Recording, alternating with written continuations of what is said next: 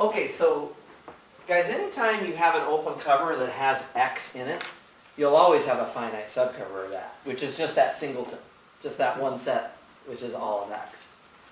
And the point here is Jason's observation, which is that every open cover does have to have X in it in this particular example. Okay. Okay,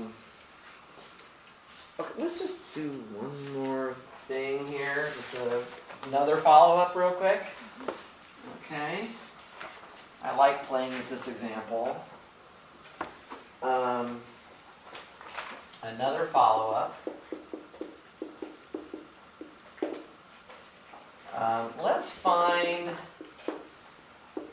Let's take this set right here, all of the even integers. I would like to find the closure of that. This would be another good test question. I'll give you a little bit unusual topological space and ask you to give me the, I said closure, I meant interior.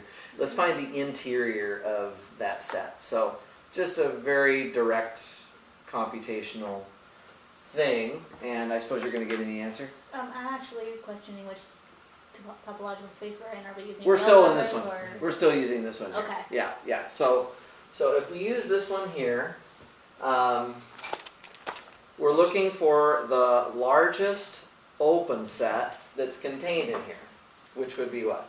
Itself. Itself. This is already open, right? Mm-hmm. Guys, this would be a freebie.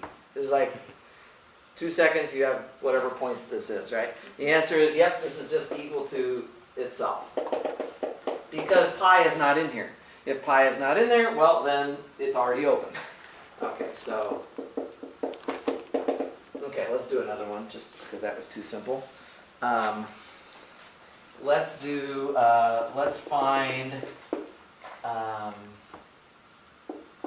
R minus Q. This is the set of irrational numbers. Let's find the interior of that. Now, if you use the absolute value metric, the interior of that will be the whole real line. Okay, I guarantee you, if you use that, where the open intervals are the open sets. But here, our open sets are different. So I'm looking again for the largest open set that is inside of there.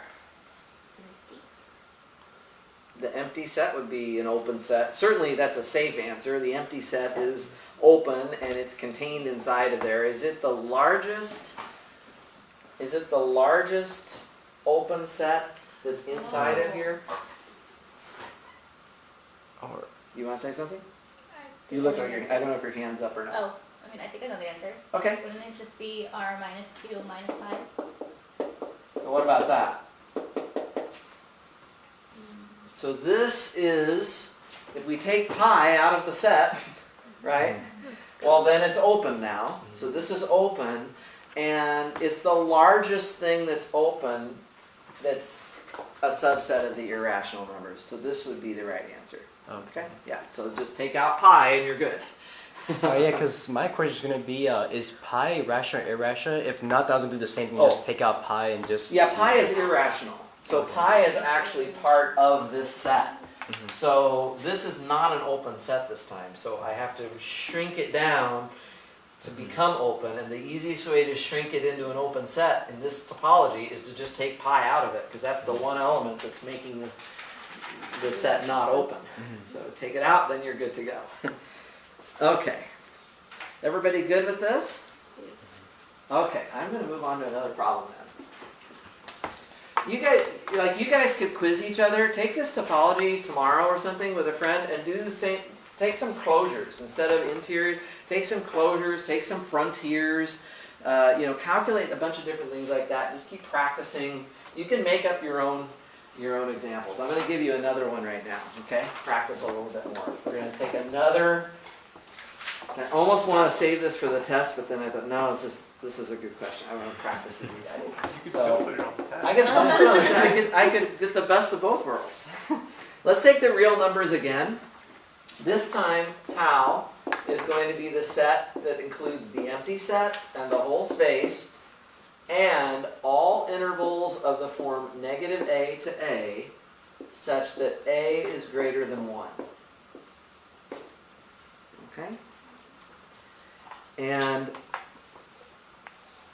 we already practiced showing that something is a topology, but one thing you might do for your own practice is to just check that that is a topology on R.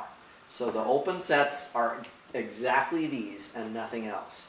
It's going to be, you have the empty set and the whole space given. If you intersect two of these, you're going to get another one of these. And if you take any arbitrary unions of these, you're going to get another one of these, right? So that's basically the idea here. So I'll just say note, and you can practice it if you want to write it down later, but tau is a topology. Okay, but what I want to get to here is so part A here, is tau T0, T1, T2, T3, T4 regular and or normal. I want to just practice this another time or so. Check these separation axioms. See what we think here. Okay.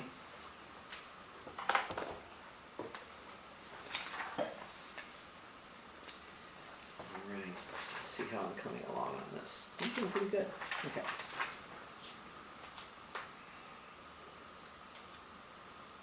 So those are my open sets.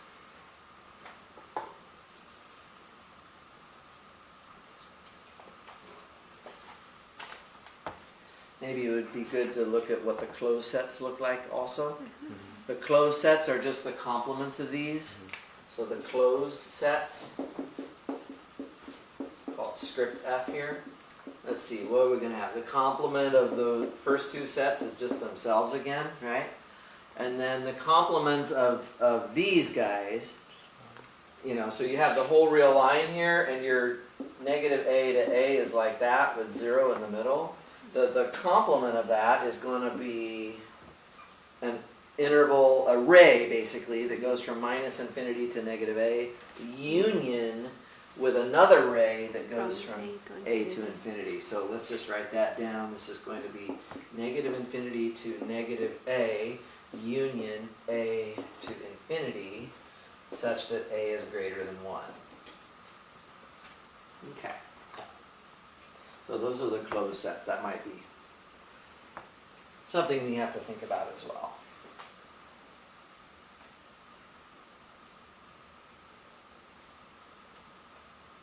Anybody have any thoughts?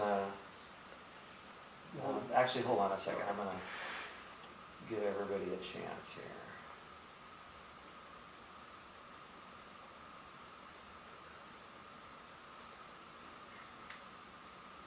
So, Hung, do you think this is going to be T0? So if I take any two distinct real numbers, will I always be able to find an open set that contains one of them without the other one?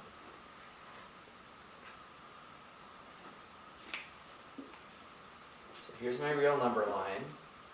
Put 0 here. My open sets are these two I don't even want to think about. These are the open sets that are of interest to us. So I have, I can have an open set from -1 to 1. Actually, I can't have that. It's supposed to be greater than 1. Okay, so, but almost. I'll just